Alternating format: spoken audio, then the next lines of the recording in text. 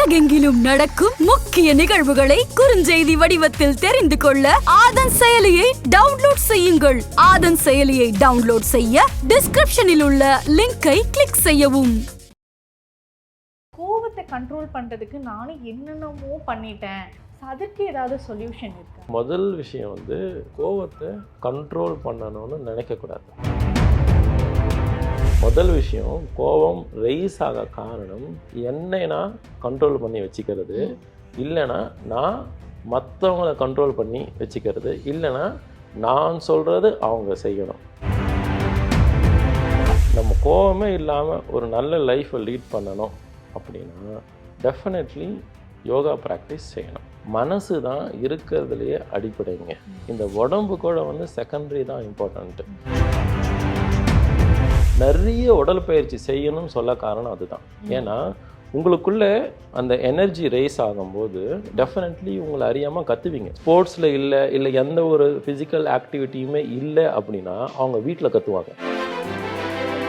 இந்த லாஃபிங் தெரப்பி வந்து அது உண்மையிலே யூஸ்ஃபுல்லான ஒரு விஷயம்தான். ஆனால் அது எந்த அளவுக்கு பேலன்ஸ் பண்ண முடியும்னு தெரியாது. ஏன்னா முதல்ல எனக்குள்ளே வந்து ஒரு கெட்ட எண்ணம், கோபம் இருக்கிற எண்ணம் போயிடுச்சுன்னா நான் நல்லா இருப்பேன். ஆதன் ஆன்மீகம் நேயர்களுக்கு வணக்கம். நான் உங்கள் விஜய் பிரியா. ஆன்மீகம் தொடர்பான சந்தேகங்களுக்கு நம்ம ஒவ்வொரு நாளும் தீர்வு கொடுத்துட்ருக்கோம். புதிய முக்கிய நிகழ்வுகளை உடனடியாக தெரிஞ்சுக்கணும் அப்படின்னு நினச்சிங்கன்னா ஆதன் செயலியை டவுன்லோட் பண்ணுங்கள். அதற்கான லிங்க் வீடியோக்கு கீழே டிஸ்கிரிப்ஷனில் கொடுத்துருக்கோம். இந்த நிகழ்ச்சியில் நம்ம கூட யார் இணைஞ்சிருக்காங்க அப்படின்னு பார்த்தீங்கன்னா ஆதி யோகா ஃபவுண்டேஷனுடைய குருஜி யோகா சூரத் அவர்கள் தான் நம்ம கூட இருக்கிறாங்க. ஸோ அவங்கக்கிட்ட நிறைய விஷயங்கள் நம்ம கேட்டு தெரிஞ்சுக்கலாம். வணக்கம் சார். வணக்கம். எப்படி இருக்கிறீங்க? நல்லா இருக்கும். நம்ம தொடர்ந்து நிறைய விஷயங்கள் வந்து மக்களுக்கு பயனுள்ள தகவல்கள் வந்து கொடுத்துட்ருக்குறோம். அதுலேயும் ஒவ்வொருத்தரும் நீங்கள் சொல்கிற விஷயங்கள் வந்து எங்களுக்கு அவ்வளோ ஃபாலோ பண்ணுற மாதிரியான விஷயங்களாக இருக்குது. இது வரைக்கும் நாங்கள் தப்பாக நினச்சிட்டு இருந்த விஷயங்கள்லாம் நீங்கள் சொன்னதுக்கு அப்புறம் தான் தெளிவாகுது அப்படிங்கிற மாதிரி நிறைய கமெண்ட்ஸில் சொல்லிகிட்டு இருக்காங்க. இப்போ நம்ம யோகா, ஃபுட் கண்ட்ரோல், இந்த மாதிரியான நிறைய விஷயங்களை வந்து நம்ம பேசியிருக்கோம்.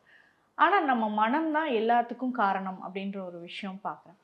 இப்போ நம்ம கோவமாகட்டும், இல்லை டிப்ரெஷன் ஆகட்டும், சோகமாக இருக்கட்டும், சந்தோஷமாகட்டும், இப்படி எல்லாத்துக்குமே நம்மளை சுற்றி இருக்கிறவங்களும் அதனால் நிறைய பாதிக்கப்படுறாங்க இல்லையா? இப்போ கோவமாக இருக்கட்டும், இப்போ நான் ஒரு ஹைப்பர் டென்ஷனில் இப்போ நான் இருக்கிறேன் அப்படின்னா டக்குன்னு அந்த இடத்துல வேற ஒருத்தர், நம்ம நேசித்த ஒருத்தர், யாரோ ஒருத்தர் டக்குன்னு வந்து நம்ம கூட கான்வர்சேஷன் பண்ணும்போது கோவமாக இருக்கீங்க அப்படி வந்து இது பண்ண டக்குன்னு நம்ம வார்த்தையை விட்டுறோம். ஆமாம். அதுக்கப்புறமா தான் நம்ம யோசிப்போம், ஸோ இந்த இடத்துல நம்ம இவ்வளோ பேசியிருக்க வேண்டாமே, நம்ம வந்து அந்த இடத்துல கொஞ்சம் அமைதியாக இருந்திருந்தா இது இவ்வளோ பெரிய விஷயமா மாறி இருக்காது அப்படின்னு. இந்த கோவத்தை கண்ட்ரோல் பண்ணுறதுக்கு நானும் என்னென்னமோ பண்ணிட்டேன், அது வந்து என்னால் கண்ட்ரோலே பண்ண முடியல அப்படின்றவங்க நிறைய பேர் இருக்கிறாங்க. ஸோ அதற்கு ஏதாவது சொல்யூஷன் இருக்கா? கோபம் வந்து கண்ட்ரோல் பண்ணணும்னு நினச்சா, சப்போஸ் இப்போ கோபம் வருது, இல்லை கோவப்பட வேண்டாம் அப்படின்னு நீங்கள் உடனே ஒரு ஸ்டாப் பண்ணீங்க அப்படின்னா அது அதிகமாகும். மேபி இன்றைக்கி நீங்கள் ஸ்டாப் பண்ணிட்டீங்க அப்படின்னா நாளைக்கு ரொம்ப ஜாஸ்தி ஆகும். ஒரு வருஷத்துக்கு மனசுக்குள்ளே நிறைய வேதனைகளை வச்சுக்கிட்டு நம்ம இருந்தோம்னா கோபம் சாதாரணமாக வெளியே வராது, ஒரு பிரச்சனையாக தான் வெளியே வரும். அப்போது முதல் விஷயம் வந்து கோவத்தை கண்ட்ரோல் பண்ணணும்னு நினைக்கக்கூடாது. ஆமாம். ஆனால் அதனாலையும் நிறைய பிரச்சனைகள் வருது. அது வர இப்போ நீங்கள் கண்ட்ரோல் இஸ் நாட் மேட்டர். அதாவது நம்ம கட்டுப்படுத்த முடியாதுங்க. எந்த விஷயத்தை கட்டுப்படுத்தினாலும் சாத்தியம் இல்லை. கட்டுப்படுத்தினா கண்ட்ரோல் பண்ணுற சொல்கிறேன், அது பண்ணக்கூடாது. கோபம் வராமல் வச்சுக்கலாம் ஒன்று, இல்லை கோபம் வருது அப்படின்னா எப்படி ஹேண்டில் பண்ணலாம், கைமீறி போகக்கூடாது ஒரு விஷயம். இப்போ நீங்கள் சொன்ன மாதிரி ஒரு நண்பரோ இல்லை யாராச்சும் ரிலேஷன்ஷிப்பில் இருக்கிறவங்க வந்து ஒரு சின்ன ப்ராப்ளம் ஆகுதுன்னா உடனே நம்ம கோவப்படுறோம், அதுக்கப்புறம் எமோஷன் ஆகிட்டு பிரச்சனை ஐயோ இப்படி ஆகக்கூடாதே அப்படின்னு ஒரு சிந்தனை வருது. அப்போது கோவப்படாமல் எப்படி வச்சுக்கிறது, இல்லை கோவம் வந்துச்சு அப்படின்னா எப்படி ஹேண்டில் பண்ணலாம், முக்கியமாக கைமீறி போகக்கூடாது. அதாவது பிரச்சனையே ஆகக்கூடாது, அங்கே ஒரு பிரிவு வந்து வரக்கூடாது. அப்படி நம்ம எப்படி பார்க்கலான்றது பார்ப்போம். கோபம் வர மெயின் காரணம் வந்து நான் தான் காரணம். நான் தான் அப்படின்னா எனக்கு கோபம் வருதுன்னா நான் தான் காரணம். ஆனால் யாருமே ஒத்துக்க மாட்டாங்க இப்போ நான் ஒழுங்காக தான் இருக்கேன், ஆனால் என்னை சுற்றி இருக்கிறவங்க மட்டும்தான் என்னை கோவப்படுத்துகிறாங்கன்னு சொல்லுவாங்க. என்ன நீங்கள் யாரை கேட்டாலுமே அதை தான் போதும், சார் நான் ஒழுங்காக தான் சார் இருக்கேன், ஆனால் அவங்களால இப்படி ஆச்சு, என் ஹஸ்பண்டால் இப்படி ஆச்சு, என் ஒய்ஃபால் இப்படி ஆச்சு, என் பசங்களால தான் நான் கஷ்டப்படுறேன் அப்படின்னு சொல்லுவாங்க. முதல் விஷயம், கோபம் ரைஸ் ஆக காரணம் நான் வந்து ஒன்று என்னை நான் கண்ட்ரோல் பண்ணி வச்சுக்கிறது, இல்லைன்னா நான் மற்றவங்களை கண்ட்ரோல் பண்ணி வச்சுக்கிறது, இல்லைன்னா நான் சொல்கிறது அவங்க செய்யணும் அப்படின்னு ரொம்ப உறுதியான மனநிலை இருந்தாங்கன்னா கண்டிப்பாக கோபம் வரும். ஆமாம், அப்போ முதல்ல நான் சொல்கிறது மற்றவங்க கேட்டே ஆகணும் அப்படின்ற ஒரு டாமினன்ட் பிஹேவியர் வந்து இருக்கக்கூடாது.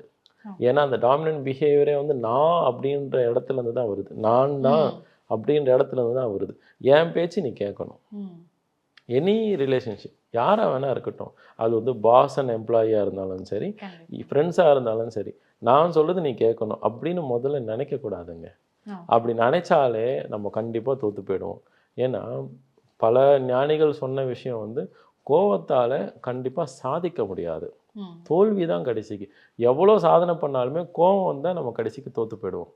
ஸோ கோபம் வரக்கூடாது அப்படின்னா முதல்ல எனக்குள்ளே இருக்கிற நான் வந்து விடணும். நான் சொல்கிறது தான் நடக்கணும் அப்படின்னு நினைக்கக்கூடாது. யாரை வேணாலும் இருக்கலாம், ஒரு 1000 எம்ப்ளாயீஸை நடத்துகிற ஒரு சிஇஓ கூட இருக்கலாம், நான் சொல்கிறது தான் நீ செய்யணும் அப்படி நினைக்கக்கூடாது. அப்போது அந்த கம்பெனி எப்படி ரன் பண்ணுறது அப்படின்னு நீங்கள் கேட்பீங்க.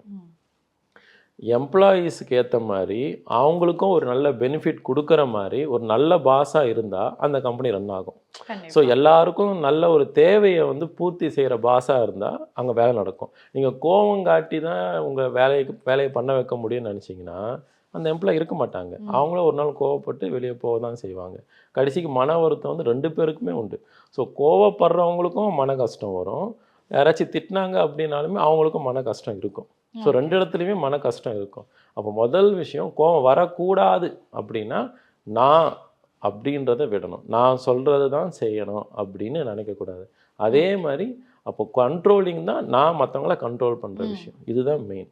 ஓகே, இப்போ ஒரு சிலர் வந்து இந்த ஹைப்பர் டென்ஷன் அப்படின்னு சொல்லுவாங்கல்ல, ஒரு சிலர் எதுக்கு எடுத்தாலும் புசுன்னு கோவம் வருது பாயவனுக்கு அப்படின்லாம் சொல்லுவாங்க.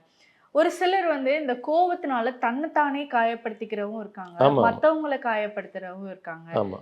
சிலர் வந்து பொருட்கள் மீது அந்த கோவத்தை காட்டுறவங்க. இதுல யாரு ரொம்ப டேஞ்சர்? இல்லை, இங்கே நீங்கள் ஒன்று வந்து 2 விஷயங்க.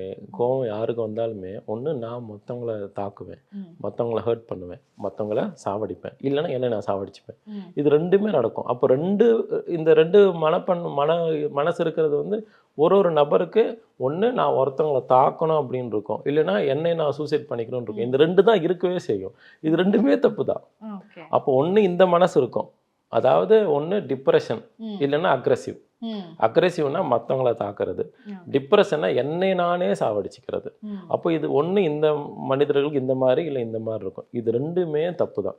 இது இல்லாத மனநிலை தான் நல்ல மனநிலையாக இருக்கும். அப்போ கோபம் வந்து வரக்கூடாது அப்படின்றதுக்கு என்னன்றது பார்த்தோம். சப்போஸ் இப்போ கோபம் வந்துச்சு, இந்த ஹைப்பராக இருக்காங்க, கோபம் வருதுன்னா தயவு செஞ்சு அந்த இடத்துல ஒன்று புரிஞ்சுக்கணும். என்னென்னா, இப்போ நமக்கு பிடிக்காத ஒரு விஷயம் அங்கே செய்கிறாங்க, இல்லைன்னா நல்லது செய்யலை, கெட்டது நடக்குது, என் கண்ணு முன்னாடியே அந்த கெட்ட விஷயம் நடக்குது அப்படின்னா முதல்ல அப்சர்வ் பண்ணணும்.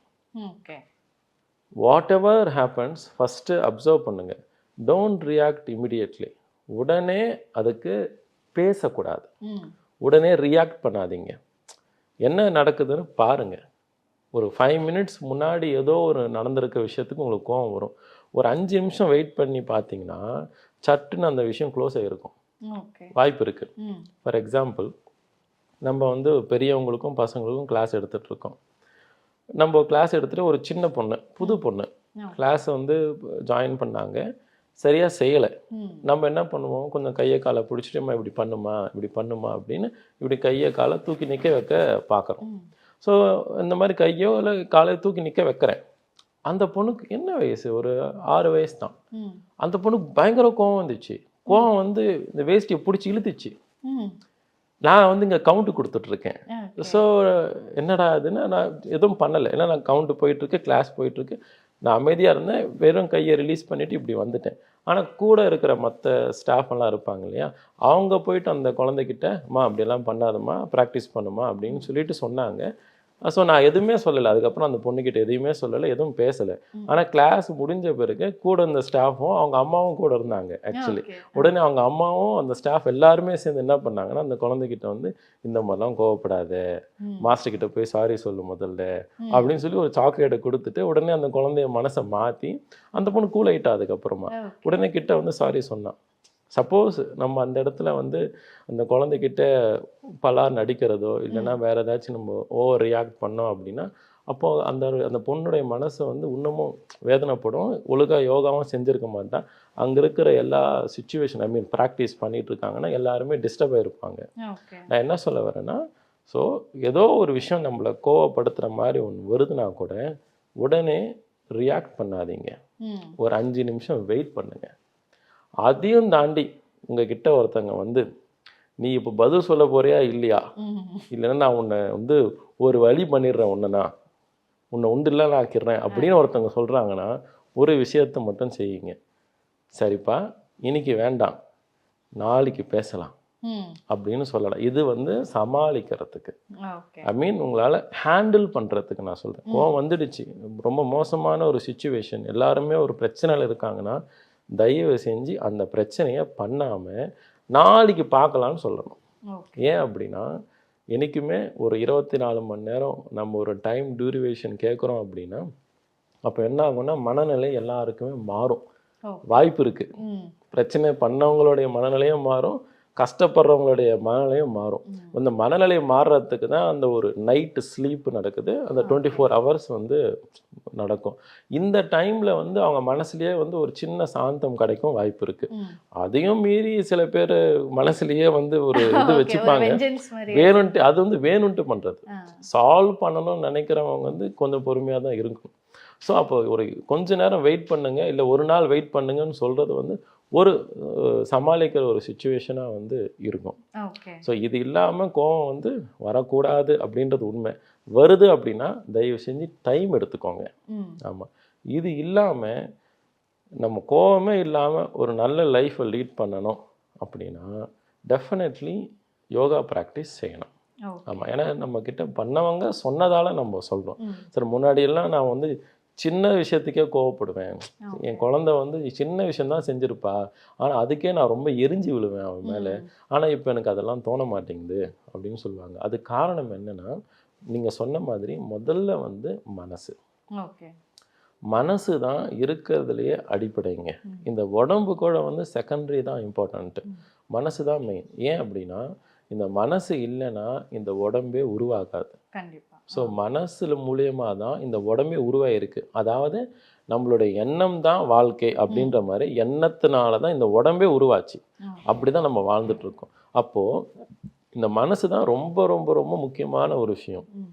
இந்த மனநிலை, அந்த கண்ட்ரோல் இல்லை, மைண்டு கண்ட்ரோல் கிடையாது, மைண்டு ஸ்டேட் ஆஃப் பீயிங். அதாவது மைண்டு வந்து ஒரு சாந்த நிலையில் இருந்தது அப்படின்னா கோவம் வராமலே இருக்கலாம். ஒரு வேளை அந்த சுச்சுவேஷனில் எவ்வளோ பேடாக இருந்தாலுமே உங்களால் வந்து ஈஸியாக கடந்து போக முடியும். அதுக்கு மைண்டுக்கான ப்ராக்டிஸ் வந்து மெடிடேஷன் தான் செய்யணும். ஓகே, இப்போ இந்த மாதிரியான பயங்கரமான ஒரு கோபத்தில் ஒருத்தவங்க இருக்கிறாங்க அப்படின்னா, இப்போ நீங்கள் சொன்ன மாதிரி அதுக்கான டைம் எடுத்துக்கிறதாகட்டும், ஒரு சிலர் வந்து இப்போ இதில் இருந்து நான் மைண்டை டைவெர்ட் பண்ணுறேன், இப்போ நான் இதில் ஃபோக்கஸ் பண்ணாதானே இது எனக்கு கோவம் இன்க்ரீஸ் ஆகுது, அப்போ எனக்கு பிடிச்சதை நான் செய்கிறேன், ஸோ அந்த கோவத்தை நான் கண்ட்ரோல் பண்ணுறேன் அப்படின்ற ஒரு சிலர் இருப்பாங்க. இப்போ இதுக்காக வந்து நிறைய பேர் வந்து இந்த லாஃபிங் தெரப்பி, நம்ம வசூல் ராஜா படத்துலேயே வந்து பார்த்துருப்போம், லாஃபிங் தெரப்பி பண்ணுறதாகட்டும், இல்லைன்னா அந்த ஸ்பாஞ்ச் பால் வச்சு கையில் ப்ரெஸ் பண்ணுறதாகட்டும், இது எல்லாமே வந்து நம்மளுடைய கோவத்தை வந்து கண்ட்ரோல் பண்ணும் அப்படின்னு சொல்கிறாங்க. இப்போ இது போக இது பண்ணலாமா, இல்லை இதோட சேர்த்து நம்ம யோகா பண்ணுறதும் ஒரு பெஸ்ட் ரிசல்ட் கொடுக்கும்? ஏன்னா இதுக்கு முன்னாடி ஒரு விஷயம் இருக்குங்க, இந்த லாஃபிங்கை விட யோகாவை விட காமம்னு ஒன்று இருக்குது. காமம் ஒழுங்காக இருந்தால் மேக்ஸிமம் கோவம் வராது. ஃபார் எக்ஸாம்பிள், இன்னைக்கு ஹஸ்பண்ட் ஒய்ஃப் ரொம்ப நல்லபடியாக இன்றைக்கி நைட்டு சேர்ந்தாங்கன்னா அடுத்த நாள் பாருங்கள் ரொம்ப சாஃப்டாக இருப்பாங்க. தெரிஞ்சோ தெரியாமலும் திட்ட கூட மாட்டாங்க. ஏன்னா நம்மளுடைய மனசு வந்து அந்த அளவுக்கு தூய்மையாகுது. நம்ம வந்து ஆத்மா கூட சேர்றோம். ஸோ காமம் வந்து நம்மளுடைய எமோஷனல் வந்து ரொம்ப சூப்பராக பேலன்ஸ் பண்ணும். ஆமாம். ஸோ எமோஷ்னல் பேலன்சிங் தான். கோவம்னா emotionally weak. Okay, emotionally balancing அப்படின்னா எமோஷ்னல் ஆகலை அல்லது எமோஷ்னல் வந்துச்சுன்னா I am able to maintain that. So இதெல்லாமே ஒரு விதமான யோகாவோ லாஃபிங்கோ வந்து ஒரு எக்ஸ்ட்ராவாக இருக்கிற ஒரு பயிற்சி, தெரபி. ஆனால் இயல்பாகவே ஒரு விஷயம் இருக்குது, அதுதான் காமம். ஏன்னா இது நடக்கும்போது என்ன ஆகும்னா நமக்குள்ளே இருக்கிற மனநிலை வந்து கம்ப்ளீட்டாக மாறும். ஃபார் எக்ஸாம்பிள், இப்போது ஒரு மைண்ட் ஸ்டேட்டில் இருக்கீங்க, இந்த காமம் இயல்பாக நல்லபடியாக நடக்கும்போது அந்த மைண்டு வந்து 0க்கு போயிட்டு தான் வரும். விச் மீன்ஸ் எந்த எண்ணமும் இல்லாமல் கொஞ்ச நேரத்தில் இருந்துட்டு தான் வெளியே வரும். அதுதான் அந்த ஒரு ப்ளஷரோ ஹாப்பினஸோ சொல்லப்படுது. அப்படி இருந்துட்டு வெளியே வரும்போது நம்ம உடம்புக்கே வந்து உள்ளே இருக்கிற ஸ்டிஃப்னஸ் எல்லாமே நார்மல் ஆகிடும், கட்டித்தன்மை இருக்கும். நம்ம எவ்வளோ ஸ்டிஃபாக இருக்குமோ அவ்வளோ கோபம் வரும், ரொம்ப அடர்த்தியாக ஒரு மாதிரி இருக்கும், சரியாக நடக்கக்கூட முடியாது, கஷ்டமாக இருக்குது, வலிக்குதுன்னு சொல்லுவாங்க. இது எல்லாமே முதல்ல ஃப்ரீ ஆகிடும். அடுத்தது மைண்ட்லேயும் எந்த எண்ணமும் இருக்காது. இது இயல்பாகவே நடக்கிற ஒரு விஷயம். ஓகே, இப்போ இந்த விஷயம் ஒரு சிலர் கேட்டு, கல்யாணம் ஆனவங்களுக்கு இது ஓகேப்பா, நாங்கள் கல்யாணம் ஆகலை, நான் இப்போதான் யங் ஏஜில் இருக்கேன், அவங்களுக்கு இந்த யங் ஏஜில் இருக்கிறவங்களுக்கு அதனால தான் அந்த 15-14 வயசுலேருந்து கரெக்டாக 25 வயசுக்குள்ளே வந்து நிறைய உடற்பயிற்சி செய்யணும்னு சொல்ல காரணம் அதுதான். ஏன்னா உங்களுக்குள்ளே அந்த எனர்ஜி ரைஸ் ஆகும்போது டெஃபினெட்லி உங்களை அறியாமல் கத்துவீங்க. சொல்லப்போனால் அவங்கெல்லாம் இப்போ தியேட்டர் போனாலோ இல்லைன்னா ஸ்போர்ட்ஸில் பார்த்தீங்கன்னா ரொம்ப கத்துவாங்க. ஏன் அப்படின்னா அவங்க எனர்ஜி தான் அது, அது தப்பு கிடையாது. ஸோ இதுவே ஸ்போர்ட்ஸில் இல்லை எந்த ஒரு ஃபிசிக்கல் ஆக்டிவிட்டியுமே இல்லை அப்படின்னா அவங்க வீட்டில் கற்றுவாங்க. இதுவே ஏதாச்சும் ஒரு ஃபுட்பால்லையோ ஏதோ ஒரு நல்ல பிடிச்ச கேமில் அவங்க இருந்தாங்கன்னா அவங்களுக்குள்ள இருக்கிற எனர்ஜி எல்லாமே அந்த கத்துறது மூலியமாக வெளியே போயிடும். அப்படி போயிடுச்சுனால வீட்டுக்கு வந்து கத்த மாட்டாங்க. ஆமாம், கோபம் வராது. 25 வயசு. ஆமாம், நீங்கள் நல்ல கணக்கு பண்ணி பார்த்தீங்கன்னா அந்த ஏஜில் வந்து ஸ்ட்ரென்த் வந்து எக்ஸ்ட்ராடினரியாக இருக்கும், ஆக்சுவலி க்ரோ ஆகிட்டே இருக்கும். அந்த டைமில் அவங்க ஃபிசிக்கல் எக்ஸசைஸ் நிறைய பண்ணாங்கன்னா பாடி நல்ல ஆக்டிவாக இருக்கும். ப்ளஸ் அதே மாதிரி அந்த எனர்ஜி மெயின்டைன் ஆகும் கல்யாணம் ஆகிற வரைக்கும் 25 வயசில். இன்னொரு விஷயம் என்னென்னா அந்த வயசில் வந்து எனர்ஜியை லாஸ் பண்ணவங்களுக்கு கோவம் ஜாஸ்தியாக வரும். இதுவும் இருக்குது. 15 வயசுலேருந்து 25 வயசுக்குள்ள இல்லைன்னா மேரேஜுக்கு முன்னாடி செல்ஃபாகவே அவங்க எனர்ஜியை லாஸ் பண்ணிட்டாங்கன்னா மேரேஜுக்கு அப்புறமா கோவம் ஜாஸ்தியாக வர வாய்ப்பு இருக்குது. ஏன்னா அந்த டைமில் எனர்ஜி இருக்கிறத வேஸ்ட் பண்ணும்போது 30 வயசுக்கு மேலே ஈக்குவல் எனர்ஜி உடம்பு எடுக்கிறது கஷ்டம். எடுக்கும், ஆனால் உணவெல்லாம் நிறைய ஃபாலோ பண்ணணும், எடுக்காதுன்னு சொல்லலை, ஆனால் நேச்சுரலி அது டெஸ்ட்ராய் ஆகுது. ஆமாம். ஸோ இது ஒரு விஷயம். இது இல்லாமல் யோகா செய்யும்போது என்னென்னா அந்த மூச்சு பயிற்சியோ தியான பயிற்சியோ செய்யும்போது நடக்கும். இன்னொன்று இந்த லாஃபிங் தெரப்பி வந்து அது உண்மையிலே யூஸ்ஃபுல்லான ஒரு விஷயம்தான். ஆனால் அது எந்த அளவுக்கு பேலன்ஸ் பண்ண முடியும்னு தெரியாது. ஏன்னா முதல்ல எனக்குள்ளே வந்து ஒரு கெட்ட எண்ணம், கோபம் இருக்கிற எண்ணம் போயிடுச்சுன்னா நான் நல்லா இருப்பேன். இப்போ லாஃப் பண்ணுறீங்க 5 நிமிஷமோ இல்லை அரை மணி நேரம் நீங்கள் லாஃப் பண்ணுறீங்க, அந்த நேரம் ரொம்ப நல்லா இருக்கும். அதுக்கப்புறம் ஒரு மணி நேரமோ 2 மணி நேரமோ நல்லா இருக்கும். ஆனால் அந்த நபரை பார்க்கும்போது கோபம் வந்துச்சுன்னா என்ன பண்ணுவீங்க? உட்காந்து லாஃப் பண்ணுவீங்களா? இல்லை எதையாச்சும் போட்டு உடைப்பீங்க. நான் என்ன சொல்ல வரேன்னா நம்மளுடைய மனநிலை மாறணும். மனநிலை மாறணும்னா அதுக்கு நம்ம செய்ய வேண்டியது வெறும் யோகா பயிற்சி மட்டும் கிடையாது. என்ன நடந்தாலும் யாரையா இருந்தாலுமே போனா போதுன்னு மன்னிச்சு விட்டு தான் ஆகணும்.